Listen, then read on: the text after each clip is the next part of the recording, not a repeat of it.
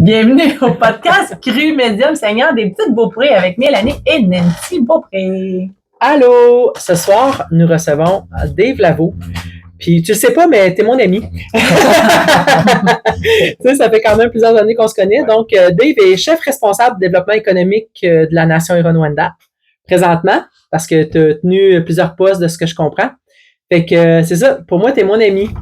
Tu sais, depuis ce temps-là, ça fait longtemps qu'on se connaît, puis on était sur le 20 ans, 25 ans déjà sur le développement économique, puis de vouloir réunir la nation Huron et le Redville, puis tout ça, fait que c'est Toi, ça. t'avais quel âge à ce moment-là?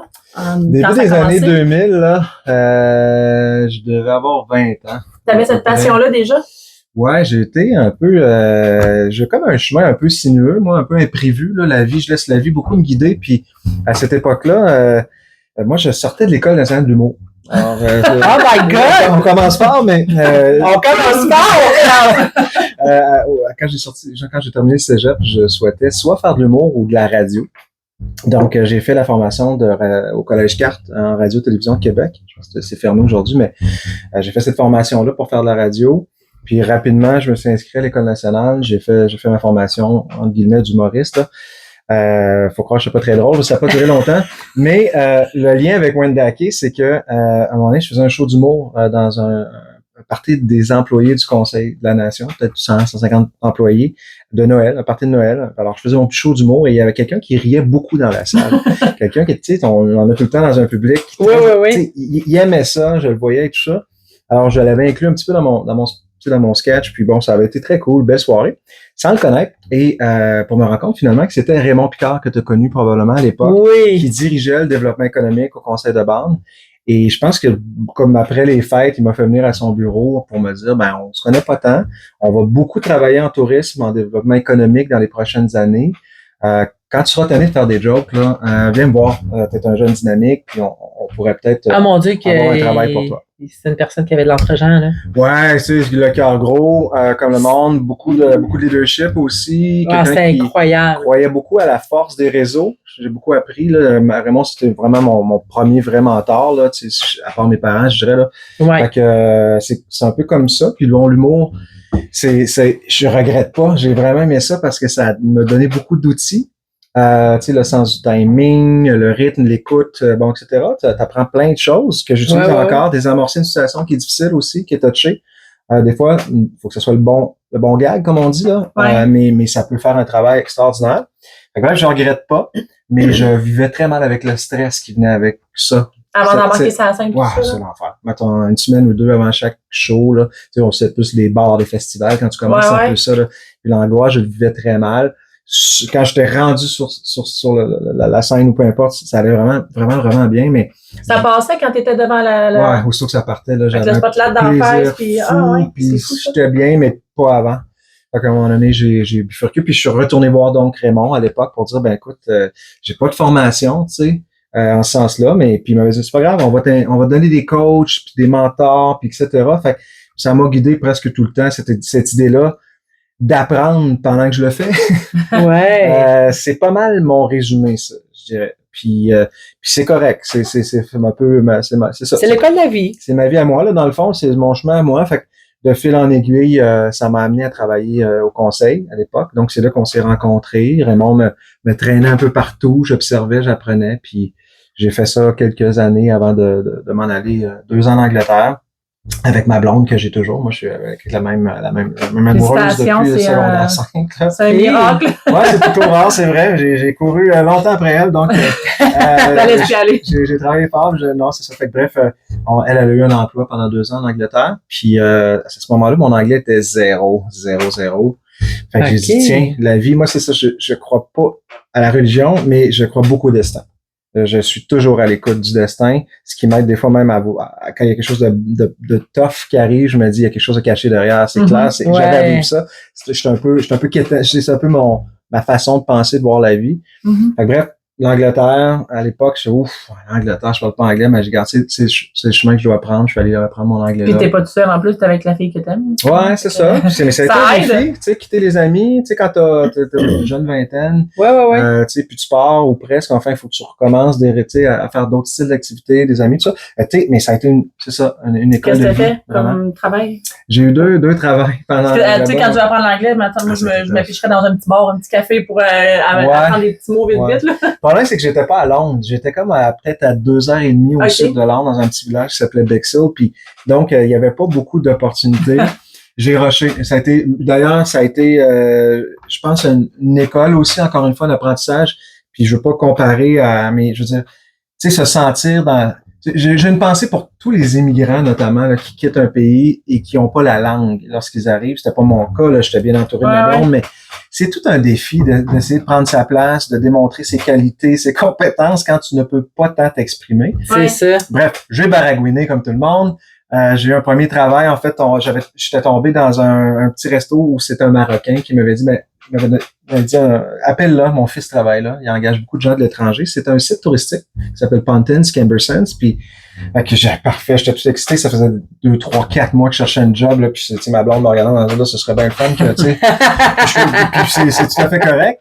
Fait que, je suis allé, ça me prenait tous les matins 2 heures d'autobus aller là. Tu sais, les fameux autobus à 2 étages. OK. 2 heures, c'est comme en campagne. 2 heures matin, 2 heures soir, revenir. J'ai fait ça pendant 1 an. Mon Dieu. Puis là, j'étais derrière un ordi, je rentrais des factures, c'est comme des inventaires, c'est comme un site touristique dans lequel il y avait une épicerie, il y avait de l'hôtellerie, tout ça. OK. Fait que j'étais derrière l'ordino. Puis au début, je parlais pas grand monde, puis plus ça va, tu sais, on teste nos petits mots. Fait que j'ai appris mon anglais un petit peu comme ça. Fait que j'ai fait 1 an là. D'ailleurs, petite anecdote, moi j'ai été soupçonné de meurtre quand je travaillais là. Je sais pas si ça le temps qu'on aille là, mais voyons. parce que ça avait un lien avec ce que j'exprimais, c'est-à-dire mon anglais qui était 0 puis une barre. Donc, dans les premières semaines, je prenais mon autobus, puis là, j'étais au 2e étage et je voyais c'était en campagne, donc c'est une route très sinueuse. Alors, je voyais les champs puis tout ça, puis un certain matin, l'autobus arrête après peut-être, je sais pas, 1 heure de route, puis le chauffeur, il se tourne, puis il baragouine quelque chose en anglais, évidemment, que je comprends pas. Tout le monde débarque. Je m'en vais à l'avant, j'essaie je lui montre ma badge de où je travaille, non, le débarque. Alors, je débarque, je comprends pas, je me dis, garde, je suis pas fou, je vais couper à travers les champs. Parce que je savais que c'était des chemins de serpent, si on veut, là, tu sais, en sinueux. Je coupe un champ, route. Puis à un moment donné, je rouvre le champ et je tombe sur un corps. C'est comme dans les films avec une craie, là. Ben voyons donc. Tu sais, là, les policiers ont entouré le corps de quelqu'un qui s'était fait poignarder. Le chemin était barré. En fait, c'était la raison pour laquelle l'autobus ne pouvait pas emprunter ce chemin-là. Évidemment, les policiers sont tirés sur moi. J'avais l'air du parfait coupable. Puis bon, j'ai rentré dans l'auto, il y a un entretien et tout ça. C'est mon ton badge, je dis, moi, je vais aller travailler. Ouais, c'est ça qui est plutôt drôle, c'est qu'ils sont venus me porter après, mettons, 1 heure de presque discussion. Parce qu'avec avec l'anglais, je pouvais. Ils sont venus me porter, ils ont discuté avec mon patron pour être certain, tout ça. Puis bon, finalement, évidemment, on comprendra que c'est loin d'être moi. Mais fin d'histoire, j'ai fait 2 ans en Angleterre et quand je suis revenu, ben là, encore une fois, la vie, il cherchait quelqu'un du côté de l'hôtel-musée. Raymond aussi était encore impliqué là, à la Tourisme. Ça fait combien de temps l'hôtel-musée? 2008. Non. Ouais, c'est ouvert en mars 2008. Ouais. Oh mon Dieu, j'ai l'impression que ça fait fou, genre 5, 6, 7 ans. Non, c'est fou, ça a fait 15 ans. Ça va faire 20 plus, ans dans 4 ans. Ouais, wow. Ouais, ils ont fêté leurs 15 ans il n'y a pas tellement longtemps. Donc, que tout a commencé quand c'est parti. Puis ouais, exactement. J'ai été engagé, je suis revenu d'Angleterre en décembre 2007. Puis Raymond, qui était encore, évidemment, il était partout. Raymond, c'est pas compliqué, tu sais, dans tous les projets. Et quand je suis revenu, il dirigeait Tourisme Wendake. Et là, ben, il m'a dit, écoute, si t'as envie, là, on a du travail, là, l'hôtel-musée ouvre, c'est pas encore connu des tours opérateurs, des journalistes, donc il y a tout un travail de promotion. Fait qu'il m'avait engagé comme responsable du marketing. Puis Raymond a eu des problèmes de santé majeurs. L'as-tu connu, Raymond? Non. Non? C'est pas le monsieur qui avait un dépanneur? Non. Non. Okay. C'est dans le temps que j'avais le café bistrot, ça. Ouais. Fait que, tu sais. Ah, puis il était partout. Il était sur le CA du CLD, le CA de la CRI, le CA du 400. Tu sais, c'était vraiment quelqu'un qui avait un réseau énorme. Puis, du jour au lendemain, il est tombé, ben, je veux dire, il a dû quitter du jour au lendemain. Il n'est jamais vraiment revenu. À l'interne, le conseil d'administration s'était dit, il y a un petit jeune là qui a l'air drôle, qui a l'air allumé, pas drôle, mais allumé. Alors, ils m'ont nommé directeur de l'industrie touristique de Wendake, sans expérience, encore une fois. Puis là, regarde, je vais l'apprendre pendant que je le fais. Tu sais, ça a été encore un peu ça. Fait que j'ai fait ça jusqu'à mais des fois, tu sais, il faut aller plus avec l'humain. Même encore aujourd'hui, quand tu engages des gens, souvent, même 100%. Si les gens n'ont pas de diplôme, tu vas y aller avec qu'est-ce qui dégage, son attitude, son senti, c'est ça. Beaucoup. Je suis tellement d'accord avec toi. C'était même, 20 ans, fait que ça, c'est ta place. Ça, c'est tout ton côté service à clientèle. Ah, vraiment, vraiment. T'es tout le temps à l'écoute de ce qui se passe. Puis... à l'écoute de la vie, s'entourer, on en parlait tout à l'heure, mais tu sais, avant que ça débute, mais c'est ça, on n'est jamais seul, là. Je veux dire, il y a des succès seuls, ça n'existe pas, là. Non. Fait des fois, il y a quelqu'un qui est en avant-plan, mais il y a toute une armée derrière. Et tu sais, c'est ça la beauté de la vie, dans le fond, c'est de mettre une personne en lien avec un autre, d'utiliser des forces communes, dans le fond, de bien s'entourer. Raymond m'a beaucoup appris ça, entre autres, évidemment. Fait que, tu sais, ça a été un peu ça mon chemin. Puis tu sais, t'as tellement raison. Tu sais, au Conseil de la Nation comme chef, j'ai fait quand même 4 ans. J'avais les ressources humaines. C'est quand même un gros employeur à Wendake, là, c'est près de 400 employés. OK. Fait que, puis tu sais, souvent je le disais, là, engager un humain d'abord, ensuite validons les compétences, parce que les compétences, ça vient, ça peut, tu sais, tu peux te former, ça s'apprend, tu sais, mais un humain solide avec des valeurs solides, à l'âge où on est rendu, c'est plus difficile de changer ça. Fait que je te rejoins à 100% là-dessus. Fait que c'était toujours. Mais toi, ça a l'air d'être ça qui a fait que t'es rendu. Les gens, t'avais un bon ressenti pour eux, puis ils voyaient plus loin que ce que tu voyais. Probablement. Parce que, tu sais, j'ai un autre exemple qui est un peu spécial. Tu sais, à un moment, j'ai reçu un coup de fil. Radio-Canada faisait, là, j'ai oublié le nom, mais ils avaient lancé un genre de programme pour mieux faire connaître à tous ceux qui gèrent les programmations des émissions de radio, de télé de Radio-Canada, donc ceux qui bookent, là, tu sais, des invités, des chroniqueurs, tout ça. Ben, ces gens-là, souvent, vont réinviter toujours les mêmes personnes. C'est normal, hein, on invite les gens qu'on connaît. Donc, Radcan avait fait une initiative pour, je pense, peu importe le nom, et donc, il invitait des gens issus des minorités, donc ici autochtones, à venir se présenter pendant 15-20 minutes à une cinquantaine de recherchistes d'émissions de télé ou de Radio-Canada. Alors moi, on me dit, on me dit, hey, ça te tente-tu de faire ça? On t'a entendu à la radio parler de Wendake ou peu importe. Je dis, ben oui. Alors, je fais ça, puis là, je me présente, je fais ça dans la vie, c'est mes passions, mes affaires. Puis pour 3-4 semaines plus tard, à recevoir un coup de fil, puis me dire, écoute, celui qui s'occupe de l'émission d'RDI Économie a adoré. J'ai vu ça, tes chroniqueurs économiques. Ben oui, puis là, on me dit, on a 12 chroniqueurs économiques, on les roule 2 par semaine pour commenter l'actualité économique au Québec. Ben, j'ai dit, vous avez mal lu mon CV, là. Je suis tout sauf un expert économique. Ben, je me débrouille, mais tu sais, sans plus.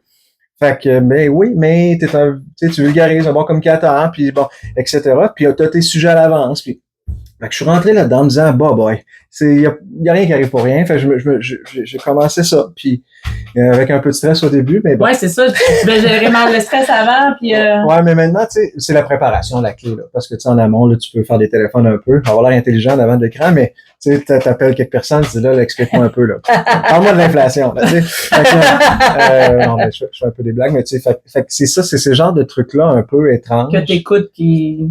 Ouais, t'aurais pu juste raccrocher au nez puis dire non, moi, je fais pas ça puis c'est. Ouais, il faut aller où la vie, je trouve, nous amène. J'ai l'impression que la vie, en général, nous parle plus qu'on le pense. Mm-hmm. C'est ce que j'essaie de dire à mes enfants. Puis si on est un peu à l'écoute, ben, j'ai l'impression qu'il y a du bon qui arrive. Fait que là, toi, dans le service à la clientèle que t'as à faire, là, pour notre petit cru dans notre podcast. 100%. Toi, dans le fond, tu le fais en rapport avec qui? Plus avec les Premières Nations ou avec toutes les autres personnes ou? Je dirais, moi, je fais beaucoup de relations gouvernementales. Hein. C'est mon travail chez Tourisme Autochtone Québec, parce que j'ai mon rôle au Conseil de la Nation. Ça, c'est plus politique. Fait que on est beaucoup en relation avec les autres collègues, avec notre fonction publique et tout ça.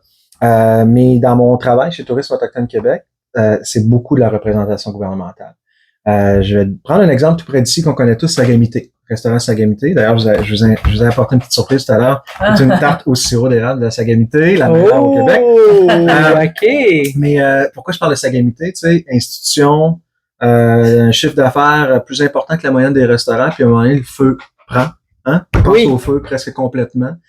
Ça fait 5-6 ans, je dirais 4, 5, ouais, tout à fait. Là, t'es dans les bons eaux, puis Puis soudainement, tu sais, Steve, qui est un autre passionné, dit, Steve Gros-Louis, le propriétaire, ouais, dit, moi, je vais reconstruire un peu plus gros, tant qu'à tout ça. Et ça aurait pris presque 2 ans, 2 ans et demi, attacher un prêt.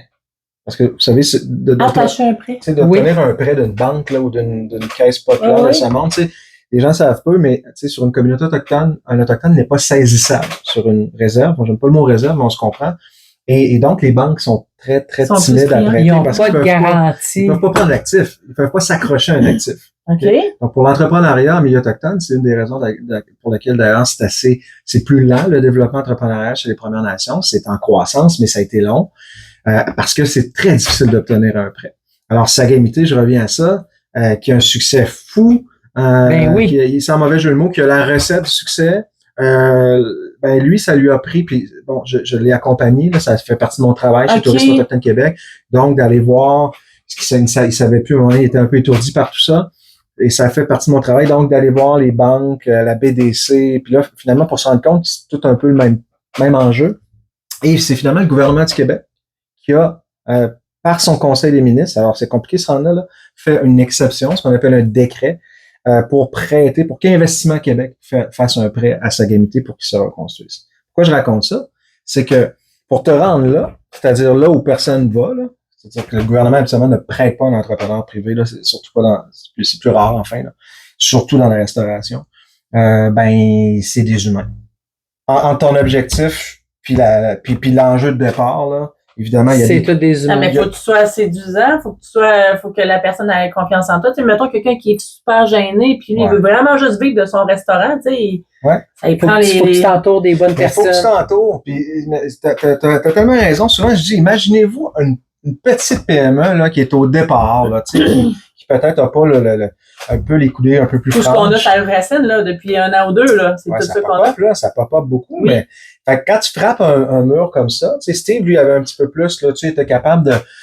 Puis pendant ce temps-là, il a acheté un vieux... Tu sais, vous savez, il y a un Sagamité dans le Vieux-Québec maintenant. Acheter l'édifice, le fonds de commerce et l'édifice, ça lui a pris 48 heures.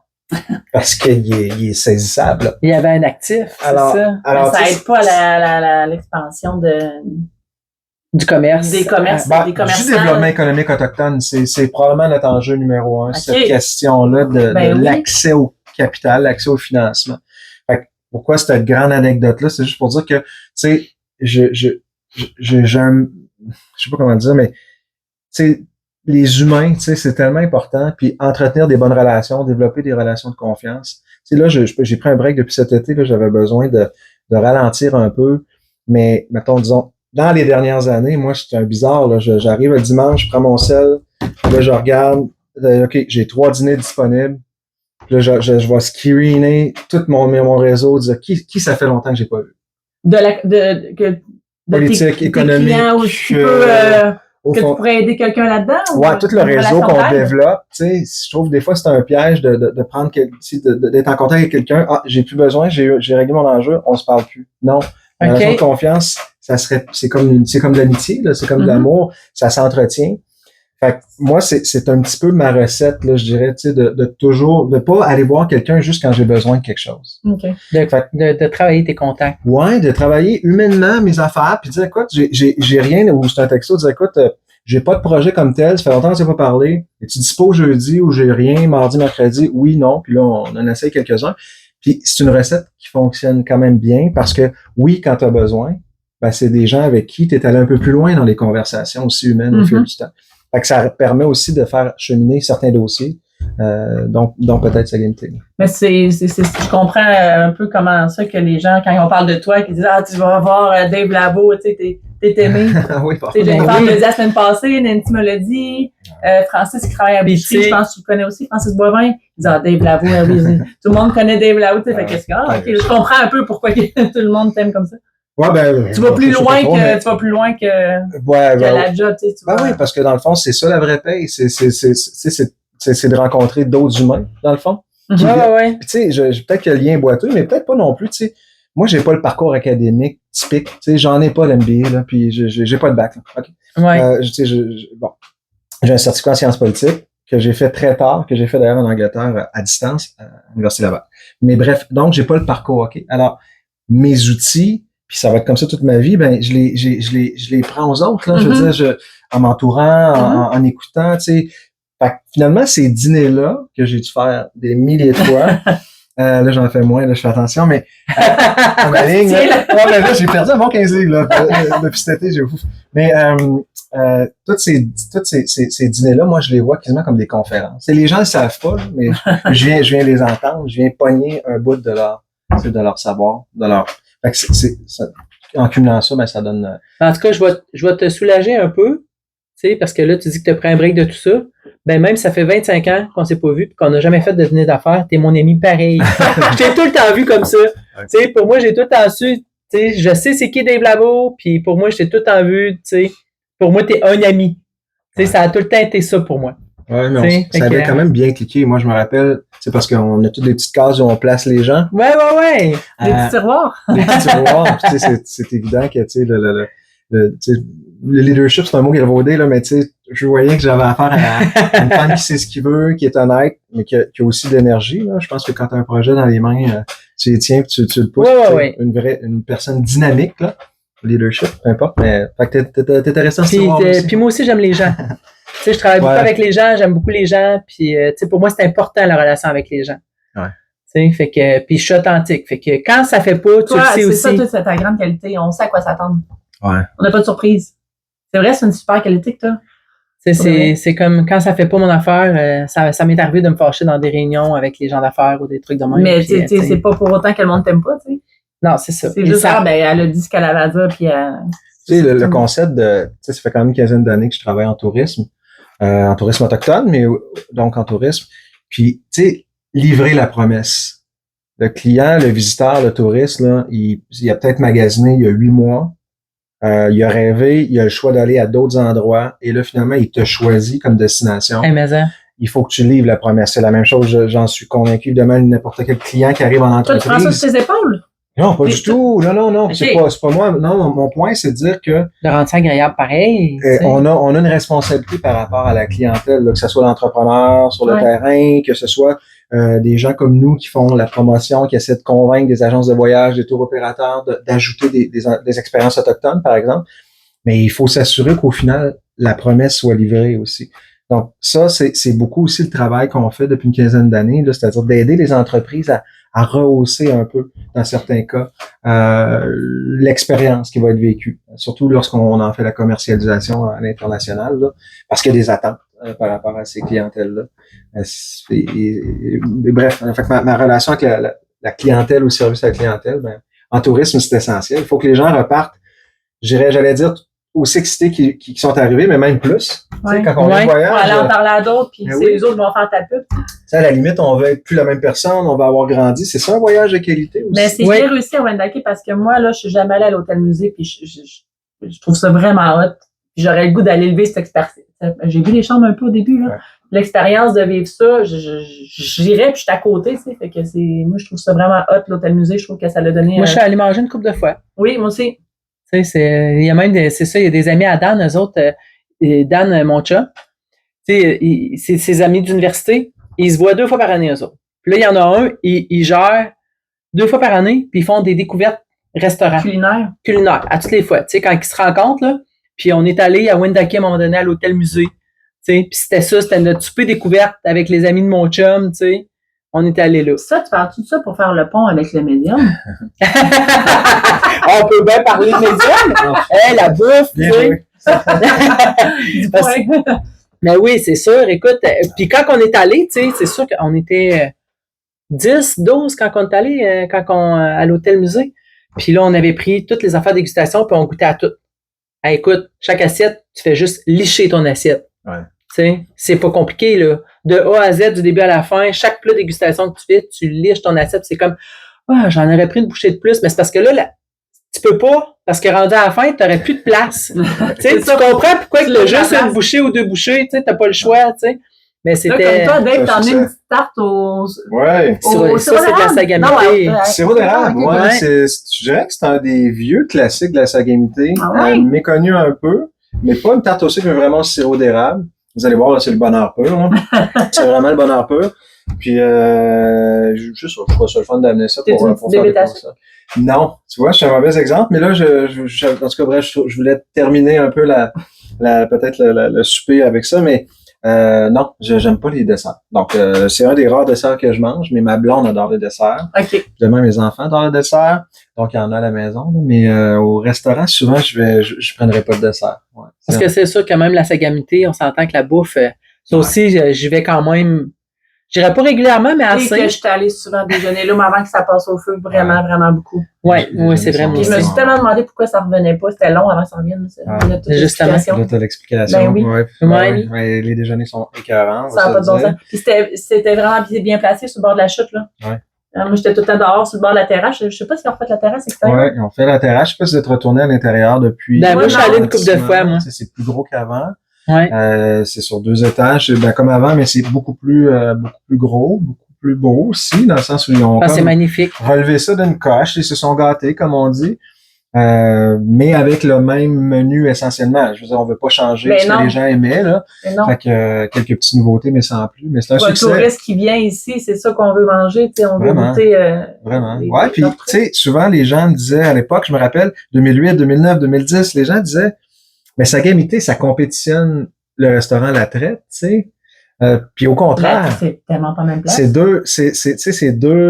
C'est pas pareil. C'est pas pareil. Puis tu sais, toujours dans l'optique touristique, si tu couches à l'hôtel-musée, si tu décides d'aller vivre l'expérience ou la culture Huron-Wendat 24 heures, mettons, tu peux pas manger 2 fois à la même place. Mm-hmm. Tu sais, donc, ça devient une combinaison, une espèce de one-two punch. OK, La Traite, c'est le nom du restaurant. Dans attention pour les gens, l'hôtel. Moi, je savais pas c'était le nom du restaurant, j'avais oublié. Ouais, c'est le nom du restaurant de l'hôtel-musée. Ouais, à l'hôtel-musée Première Nation. Fait que ça fait, mais tu sais, ça fait vraiment. Fait que quand ils ont passé au feu, ça a été même néfaste, là. Tu sais, je dirais pour l'hôtel-musée, c'est pour les clients, dans le fond, là, tu sais. Qui donc couchent là, qui veulent peut-être le lendemain pas déjeuner à l'endroit qu'ils ont soupé ou pas dîner à l'endroit qu'ils ont soupé. Donc là, il y a vraiment une belle combinaison. Puis tu sais, quand ils ont, pour terminer sur Wendake là-dessus, tu sais, quand ils ont, ça fait maintenant 2 étés qu'il y a l'expérience On Voit Lumina. Oui! Qui est aussi, qui est aussi à vivre. Je sens de la passion dans mon yeux. Je voulais y aller. Ma fille est allée, puis ça a comme pas encore à donner que. Moi, j'ai fait ça au Mont-Tremblant, puis j'ai vraiment trippé. Ouais.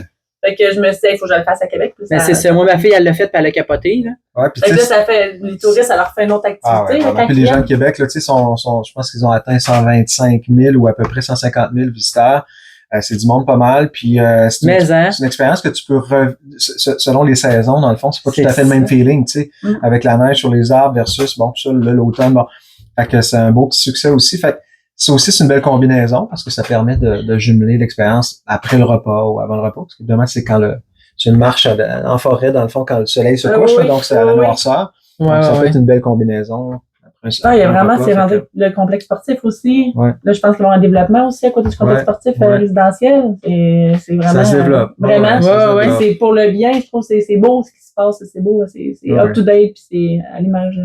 À votre image. À notre image. Puis, tu sais, je dirais qu'en général, tu sais, le tourisme autochtone est vraiment en croissance, là. Tu sais, nous, on connaît bien ici Wendake, mais au Québec, c'est presque 250 expériences, là, qui sont à propriété d'Autochtones, des expériences touristiques, dans le fond, là, tu sais. Des pourvoiries, des musées. J'ai une question niaiseuse. Est-ce que les gens, ils vont, comme mettons à Oka, est-ce qu'il y a quelque chose de le fun à aller faire là-bas? Comme comparé à ici? Oui, ben c'est développé différemment. Chaque communauté le développe un peu à son image. C'est sûr que les communautés qui attirent le plus de gens, c'est ceux qui ont de l'hébergement.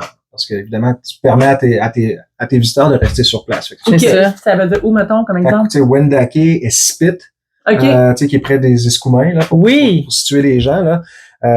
C'est les Inuits, là, c'est une communauté Inuit, mais Spit, c'est des champions là, en tourisme. Là. Ils ont des condos, c'est superbe. Ils ont des condos qui donnent directement sur le fleuve.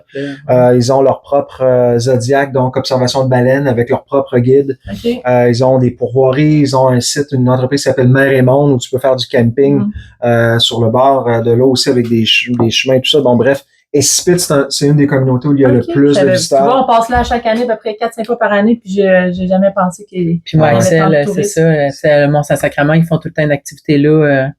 Dormir sur les plateformes pour aller voir les baleines, puis. Et puis là, je pourrais, tu sais, c'est pas le but, mais aujourd'hui, mais je veux dire, je pourrais il y en a 250, là. Fait que, tu sais, du côté de la baie James, ça peut paraître assez loin. Donc, dans l'ouest du Québec, une nouvelle entreprise qui est extraordinaire, Corporation des Michis. Eux, ils ont développé des petits chalets sur quai, des petits chalets flottants. Donc, dans le fond, c'est au système solaire, tout équipé.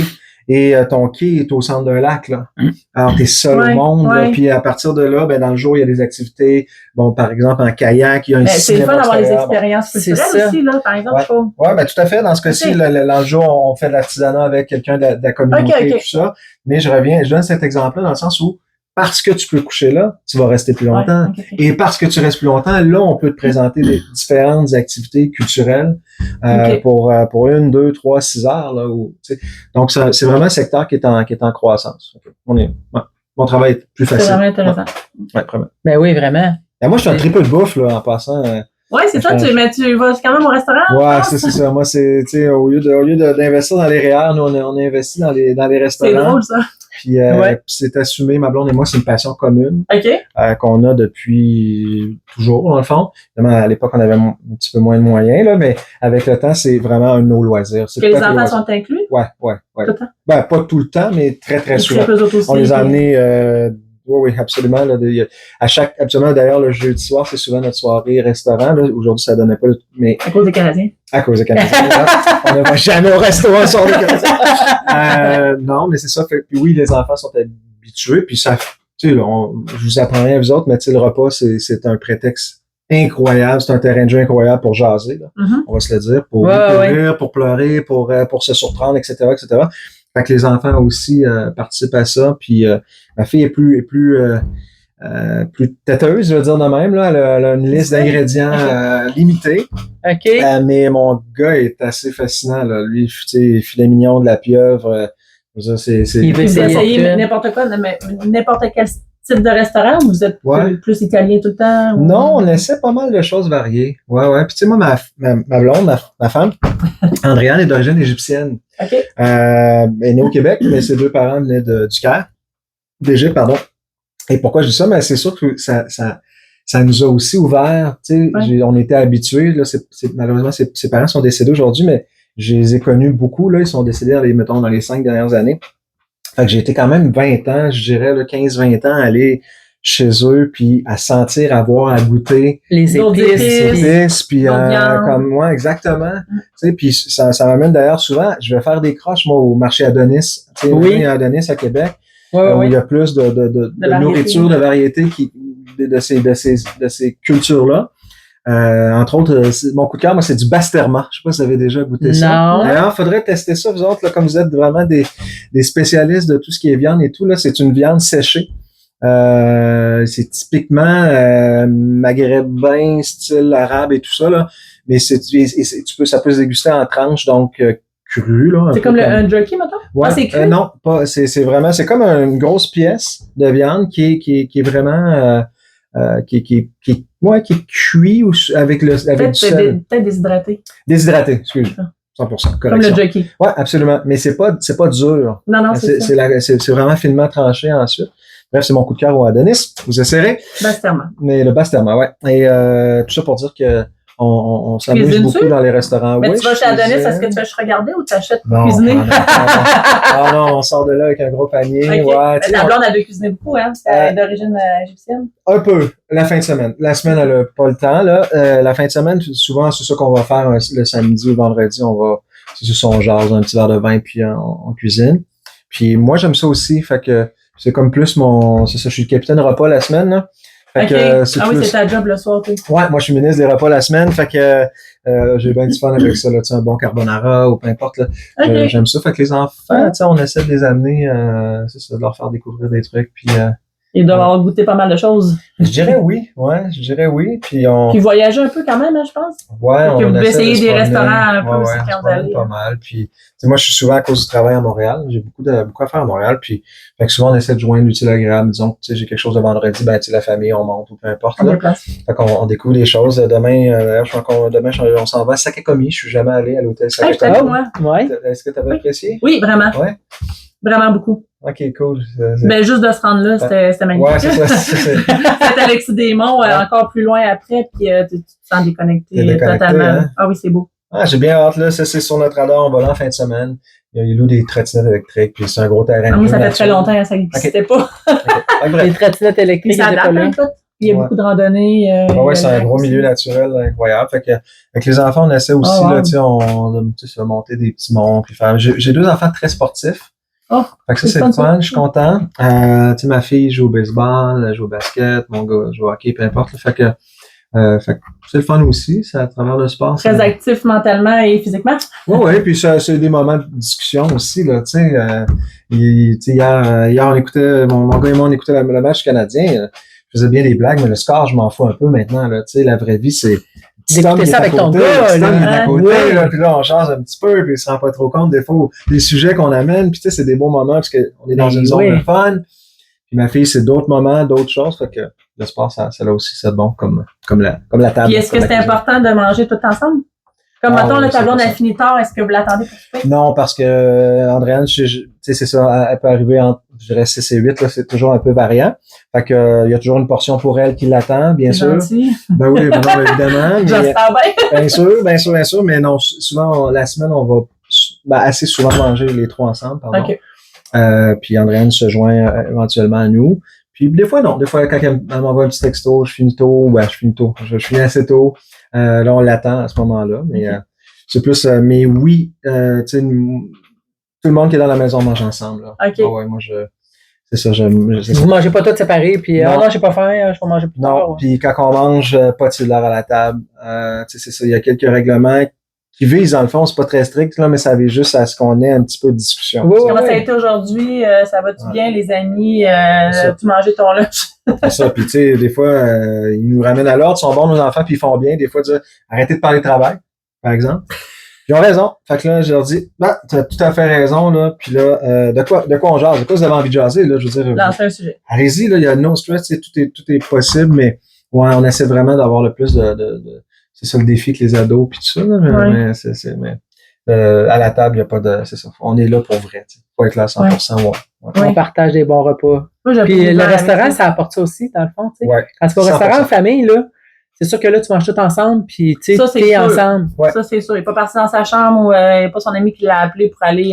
Exact. Puis il y a comme il peut pas clencher, là, excuse-moi de le dire comme ça, tu peux pas clencher tes pâtes là, pour retourner sur ton cellulaire. Là. C'est au rythme du restaurant, tu sais. C'est ça. Fait que ça, j'aime ça aussi là, avec les enfants. Là, ouais, c'est pas mal notre. C'est comme oui, on adore la cuisine, j'aime bien, j'aime ça manger, découvrir des choses, mais c'est ça, c'est surtout le prétexte que ça crée avec les enfants. Puis tu sais, avant d'avoir des enfants, tous les moments que ça donnait de couple aussi. Puis on s'en permet encore évidemment quelques-uns. Maintenant, ma fille peut garder. Donc, de temps en temps, on dit regarde, on va souper juste les deux. Puis ouf, ça permet de c'est ça, de refaire, de se remettre à jour, de se retrouver. Puis c'est ça. Fait que, tout à fait. Ouais, puis cool. Monsieur Dave pour les patients. Tu dois pas en avoir beaucoup. J'en ai quelques-uns. C'est ça, tu sais, ta fascination pour la politique, ça, j'ai trouvé ça cool quand même, tu sais. Ouais, c'est rare, c'est un peu, hein, c'est pas quand même de la politique. Mais moi, j'adore ça beaucoup. Depuis que je suis tout petit que, tu sais, je pense que c'était à toi que je partageais ça, mais j'ai encore la face de ma mère. Je couchais au sous-sol, moi, ma chambre était au sous-sol, puis ma mère descendait des fois, là, pour venir chercher, il y avait un frigidaire au sous-sol, peu importe. Puis elle s'attendait à ce que j'écoute du hockey ou je joue à un jeu vidéo. J'ai pas 6-7 ans dans ce coin-là. Oui. Puis j'écoutais l'Assemblée nationale. J'écoutais les reprises de l'Assemblée nationale. Puis là, ma mère me disait non, là, c'est bien, tu sais, toi ça. Écoute donc de quoi de ton âge ou va donc jouer dehors. Je sais pas, mais ta mère a consulté pour ça. Je pense que mon enfant est pas normal. Oui, probablement. Puis elle avait peut-être raison, mais j'assume mon côté bizarre. Puis j'ai toujours été fasciné par ce métier-là. Ces jeux orales-là aussi, là, parce que tu sais, c'est un gros jeu de société, la politique, là, dans lequel il y a des règles, mais il y a des objectifs. Mais c'est bien les connaître. T'es chanceux de... Moi, je trouve que c'est une chance parce que, tu sais, faut qu'on les connaisse. On ne veut pas pour vivre en société, puis moi, je les connais pas tant.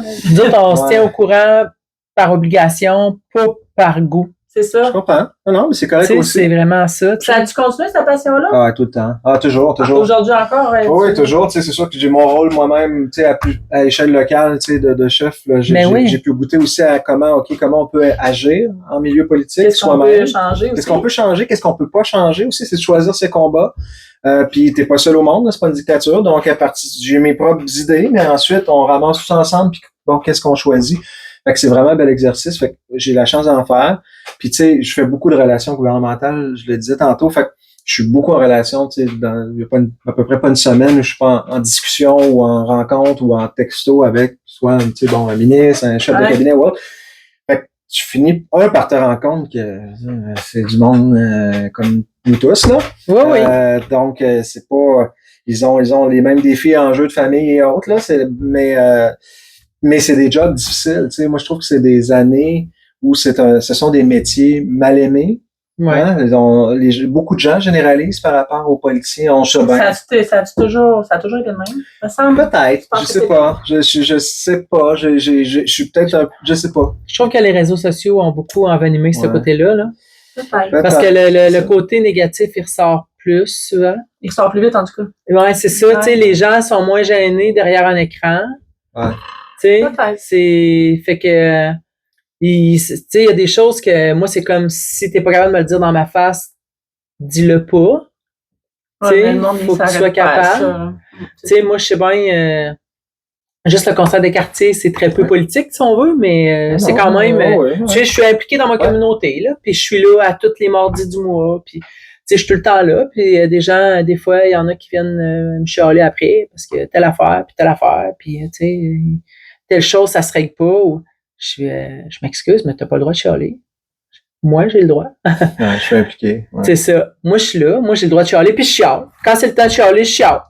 Tu sais, notre conseillère municipale est là à toutes les rencontres du conseil de quartier. Quand c'est le temps de chialer, cette semaine, je chialais, là. Tu sais, les maudits travaux, là, à Loretteville, là. Je taboute, là. Verrette qui a été bouchée 6 semaines, l'hôpital qui débouche pas. Tu sais, fait que j'ai chialé. Écoute, c'est ça, j'ai dit, hey, je m'excuse Marie-Josée, je fais mon chialage. Elle a dit, toi, t'as le droit. Tu sais, c'est comme... Ouais, puis tu sais, quand c'est fait dans le respect, parce que c'est un peu ça, c'est un peu l'enjeu des réseaux sociaux aussi, c'est que vous avez beaucoup de diffamation sur les réseaux sociaux. Ben, Puis c'est comme presque banal maintenant, là. C'est comme si la société acceptait ça, là. Ça, c'est dommage un peu. Fait que, ça, je pense qu'il faut se créer une carapace par rapport à ça. Tout à fait. Faut des fois arrêter de lire aussi. Ou le lire quand on sent qu'on n'a pas d'émotion, une certaine carapace. Parce que c'est ça le défi. C'est de trouver une distance suffisante pour pas être trop touché émotivement. C'est ça. Mais en même temps, il faut que tu sois proche des vraies affaires, proche du monde. Tu sais, un commentaire qui est tough de quelqu'un qui l'a tough puis qui est pas d'accord. Faut que tu l'entendes aussi parce que ça va te faire cheminer aussi probablement dans ta prochaine prise de décision ou dans le prochain dossier. C'est important d'entendre ça. Ce commentaire-là, faut que tu réussisses à le trouver parmi les 58 autres qui ont été... Ah ouais, c'est ça. Je dirais pas les mots. C'est pas un métier facile, mais moi, j'ai beaucoup de respect pour ces gens-là. J'ai côtoie, aux gens qui sont très durs envers les policiers, je leur dis souvent, tu sais, des mauvais policiers, il y en a autant que des mauvais plombiers, puis des mauvais policiers, puis des mauvais... tu sais, peu importe le métier, là, il y a toujours un 0 à 5% de gens incompétents, là. Ou qui sont compétents et qui n'ont pas de savoir-être. Ça, il y a ça dans tous les métiers, là. C'est ça. Alors ça, ben oui, vous allez en trouver en politique. Le problème, c'est qu'on les voit plus, sont à l'écran. Bon, OK, right. Mais pour côtoyer cet univers-là, je veux dire, je vois surtout des gens qui mettent de côté leur vie personnelle, des gens passionnés, engagés, tout ça. Puis, je dirais qu'au taux horaire, quand tu regardes les pour et les contre, le nombre d'heures qu'ils mettent, moi, je pense pas que c'est un métier qui est trop payé, là. Non, c'est vraiment que tout le monde fasse, comme quand il y avait le service militaire, là, qu'il fasse 1 an de politique. Après, on s'en reparlera. Tout le monde va avoir fait son petit tour, là, tu vas voir c'est quoi, puis tu le ferais-tu à sa place, tu sais. Ah ouais, une espèce de 24 heures avec un politicien. Moi, j'étais 1 an. Ne serait-ce que 1 an. J'adore ça. 1 an, garde. On en pose sa propre carrière 1 an, puis on fait ça. Ça n'a pas de bon sens, tu sais. Est-ce que tu le ferais? Pendant la COVID, c'était tellement l'horreur avec les politiciens. Mais oui, ils ont des décisions qu'on n'est peut-être pas toujours d'accord, mais tu l'aurais-tu fait, t'imagines-tu? Ouais, c'est pas évident. C'était tough.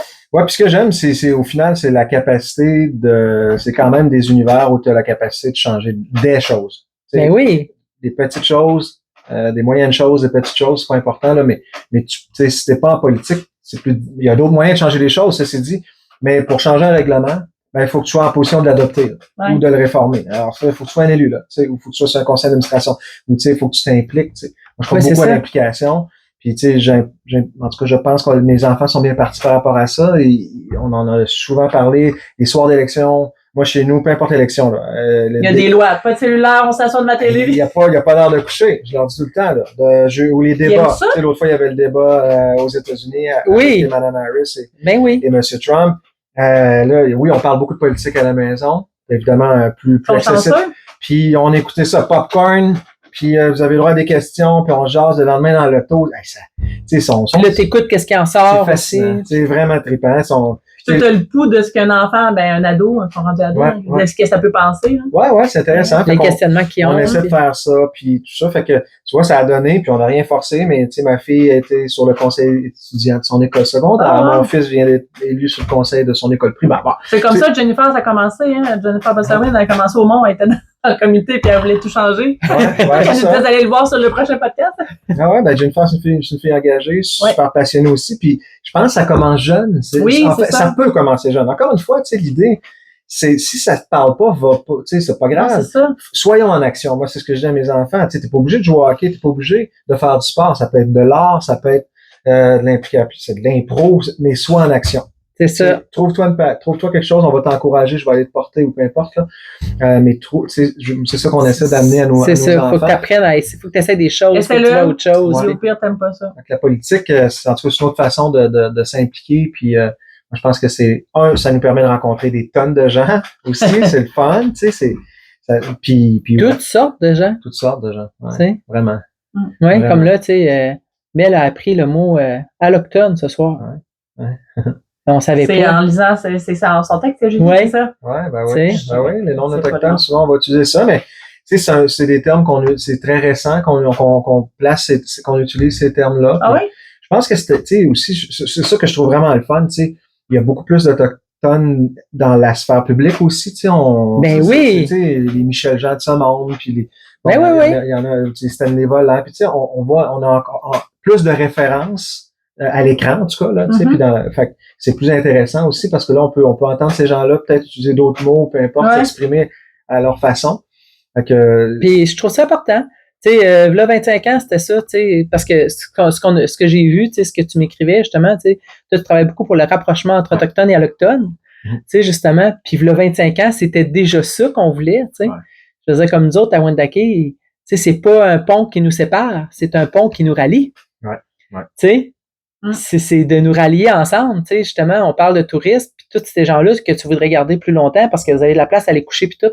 Imagine si on a une offre intéressante pour de la restauration aussi de notre côté, puis des activités, puis tu sais, le parc Jean-Roger Durand, puis là, tu fais des shows au parc Jean-Roger, tu sais. Chute Kabirkouba. Ben, c'est ça. Tu sais, comme là, une belle passerelle qui passe par-dessus les chutes Kabirkouba, puis qui traverse, écoute, on rêve, là, tu sais. Il y en a une plus bas qui passe. Mais tu sais, présentement, ou les chutes qui traversent, tu sais, qui va de la rue Racine ou les Ursulines à Sagamité, mettons, une passerelle qui va, tu sais, ou les chutes, écoute, tu sais, ça se peut.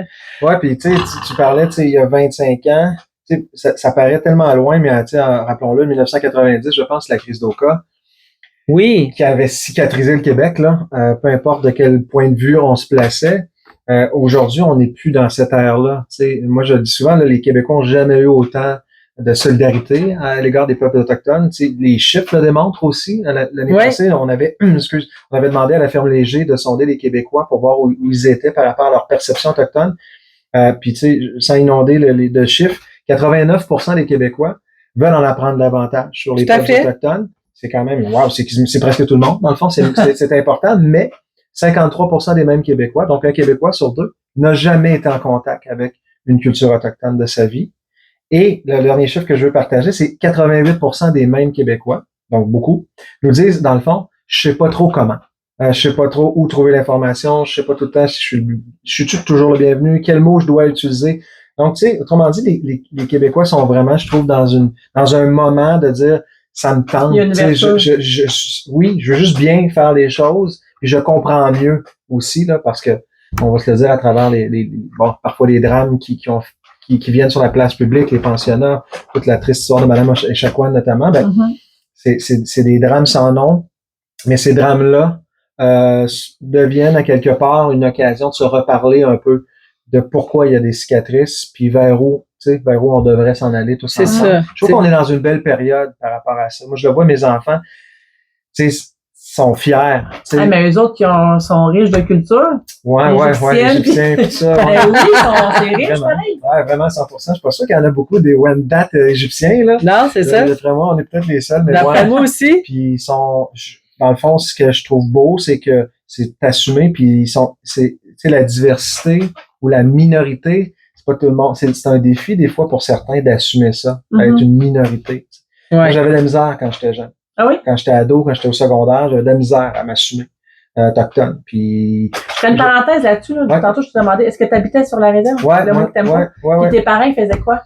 Ils étaient-tu impliqués politiquement pis tout ça? Non, mon oncle était grand chef à Wendake, Michel Laveau, quelque temps, un homme respecté de tout le monde, là. C'est un gentleman incroyable.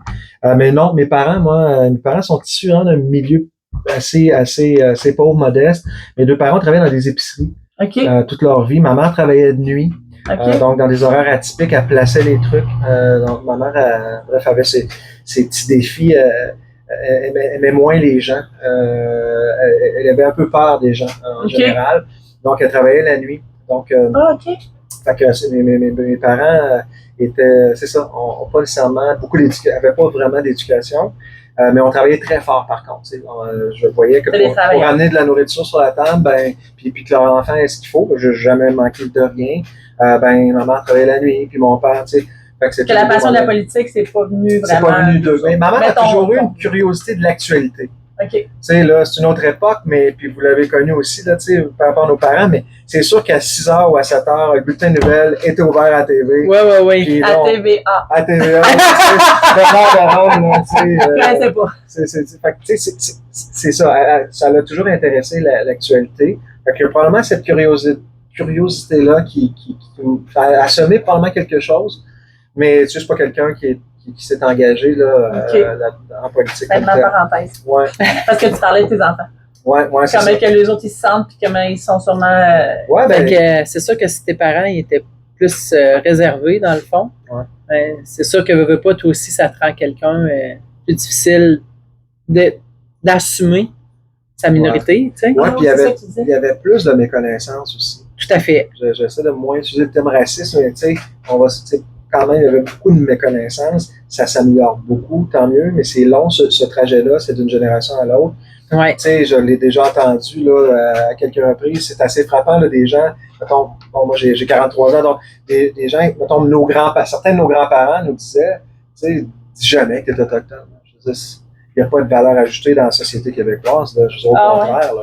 Il voulait que tu le caches. Oublions pas, quoi, il n'y a pas longtemps, c'était les pensionnats, puis toute cette politique-là qui visait l'assimilation. Puis, alors que l'époque de nos parents sont peut-être plus dans, là, j'image un peu, mais choisis à qui tu le dis. Je l'image un peu, mais puis là, moi, j'ai mes enfants, puis je suis pas plus fin que mon grand. Je sais pas ce que je veux dire. Au contraire, c'est que la société évolue. C'est ça. On est plus à une époque, là, justement, de cohabitation, puis d'ouverture et tout ça. Puis là, tu sais, moi, mes deux enfants, cette année, ont organisé eux-mêmes à leur école une activité le 30 septembre, la journée Vérité-Réconciliation. Oui. Ils ont organisé, je les ai aidés, mais je veux dire, c'est leur idée de dire, papa, j'aimerais ça à l'école, on peut-tu distribuer de la bannique, on peut-tu, là, peux-tu amener les casques de réalité virtuelle que tu as de ton travail, qui montrent des communautés autochtones, des expériences. Bref. Tu peux être fier? J'avais les yeux pleins d'eau. Eux, ils savent pas tant. Je n'aurais pas dit, là, mais. Ils savent pas ton passé. J'ai regardé avec, là, expliqué, on avait amené une grande carte avec les communautés. Ça a embarqué à son école? Ah oui, vraiment. Ouais. C'était sur l'heure du midi. Fait que les gens, vont donner du pain bannique, les gens venaient goûter. OK, on leur demandait de dire un mot en langue autochtone. Ils regardaient, bon. Puis je les regardais, puis j'avais les yeux pleins d'eau, tu sais. Puis je me disais, waouh, on a fait du chemin. Puis là, je m'amuse un peu pareil à dire, waouh, j'imagine leur enfant. On s'en va dans la bonne direction. Moi, je vois vraiment toujours le verre à moitié plein. Je suis comme ça, mon père est comme ça, un éternel positif, là, mais puis je pense qu'on a vraiment fait du chemin. Tout à fait. En toutes les communautés. Toutes les communautés, c'est gros. Ma fille, elle va au primaire, puis tu sais, je me souviens, moi, quand on avait quelqu'un qui était d'une autre couleur, d'une autre nationalité, quand on était jeune, tu sais, il y en avait un. Je m'en souviens, PY, il en a parlé, PY là, il dit, moi, j'étais seul noir à Québec, tu sais, c'était tout le temps moi. Donc, je regarde ma fille à l'école, là, sont toutes mélangées, ils jouent toutes ensemble, ils sont 2, 3 petites filles, toutes différentes, tu sais, puis il n'y a pas de maman grâce divine, c'est grâce divine, tu sais, c'est un ami, c'est son ami, par-dessus de ça, c'est ça. 100%. Les enfants sont vraiment dans un monde d'ouverture, ils ne voient plus vraiment ça comme des différences. Tant mieux, tu sais, c'est ça, les sociétés. Tout à fait. Il y a encore des défis, il y a encore des éléments, tu sais, il y a encore de la méconnaissance à venir corriger, mais moi, je vois. On s'en va vraiment vers l'humain. Ouais. C'est l'humain qui compte. Vraiment. Ça, c'est ma passion, c'est la politique. Le sport, beaucoup. Puis, tu regardes le sport ou tu fais le sport? Je fais les deux. Ben là, je joue au hockey une fois semaine. Là. OK. J'ai réussi pas mal à pas flusher ça souvent. Fait que ça, c'est le fun. C'est cardiaque. C'est cardio, ça. C'est cardiaque. Ça fait cardiaque aussi. Oui, c'est cardio, mais ça fait du bien là. Moi, je le dis souvent, ça me fait tellement du bien là. Ça tire au coco, à l'esprit. Mais le sport. Mais j'en regarde beaucoup. Puis j'en ai, tu sais, mettons, le dimanche, là, j'adore le football. Juste à regarder des tableaux de statistiques, là. Des fois, ma blonde, elle dit, ça a l'air plate, c'est ben oui, probablement, comme moi, regarder des souliers à vendre sur Internet, peut-être parce qu'elle aime beaucoup ça, ou peu importe, là, elle s'achète plein de trucs. Moi, j'ai pas d'intérêt pour ça, mais ça me fait du bien. Fait que le sport, j'aime ça. Puis je vois un lien, parce que pour moi, ce qui m'intéresse, c'est bien le fun de gagner, là, mais ce que j'aime, c'est aussi ça, l'espèce de comment, par exemple, un athlète dans une situation Y va se comporter par rapport à tel stress, telle affaire, la blessure, comment mentalement, tu sais, ou qu'est-ce que ça crée, tu sais, quand il y a un match, peu importe, là, du Canadien ou peu importe, là, mais de dire, waouh, il y a plein de gens, par exemple, dans le Centre-Ville, qui ce soir-là sont tous de la même couleur, là, sont tous de la même religion, sont tous du même il n'y a pas de parti politique, il n'y a pas de religion, il n'y a pas de couleur, c'est tous, je trouve ça beau, ces éléments-là aussi. C'est très social, le sport aussi. Oui, t'as raison. Il y a un côté très commercial, malheureusement, c'est devenu de business, là. Mais au-delà de ça, ce qui m'attire plus, c'est ces histoires humaines-là. Les Olympiques sont, entre autres, le fun pour ça, je trouve, là. Vraiment. Souvent, il y a des belles histoires derrière ça. Ben oui, mais hein. Politique, sport, puis la bouffe, là, je dirais que c'est mes trois passions. T'es saturé, là. T'as plus le temps pour d'autres passions. Le temps de déguster la tarte. C'est ça. Oui, c'est ça qu'on une petite pensée pour oui. Ça n'a pas été facile. Ah ouais? Oui, parce que justement, j'étais comme, c'est gros, mais j'ai trouvé quand même, tu sais, tu me garochais dans plein d'affaires différentes parce que j'essaie tout le temps de trouver une pensée qui me fait penser à la personne, tu sais. Fait que j'ai quand même cherché pas mal aujourd'hui. J'ai arrêté mon choix sur un PS, pensée de la semaine, parole du Seigneur, au Patrick Savard, c'est comme vous voulez. Dans un moment de décision, la meilleure chose à faire est de prendre la bonne. La pire, c'est de n'en prendre aucune. C'est tellement hâte que tu aies trouvé ça. Et je vais te faire, c'est drôle là, parce que ma blonde, c'est une des phrases qu'elle m'a plus répétées au début de notre relation. C'est vrai? Pour vrai? Je te jure, parole d'honneur, elle va capoter, mais qu'elle entende tout ça parce que j'étais à l'époque un peu plus hésitant à prendre dans la vie en général. J'étais un petit peu probablement justement peut-être l'héritage de mes parents, plus gêné, plus hésitant à m'assumer. Puis souvent, elle me répétait ça tellement souvent, tu sais. Tu peux pas regretter une décision que tu prends, tu sais, juste celle que tu prends pas. Fait que c'est le destin, t'as bien guidé, c'est ramené. Ça fait peur, tout ça, là.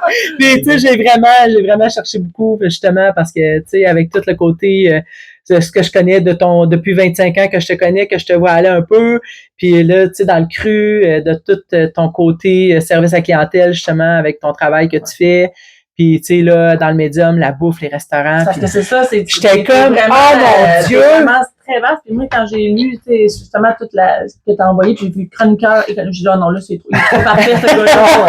C'est trop pour moi, là. Dans le prochain podcast, on parlera des défauts. Fait que c'est ça. Fait que merci beaucoup. Merci, ma soeur. Merci beaucoup, merci de son temps. Merci d'avoir été. C'est super le fun. Vraiment, mais hein. Merci. Bonne fin de soirée. Au prochain podcast, oui. Je sais pas si ça finit. Hey, merci. Et là là. Ça passe vite.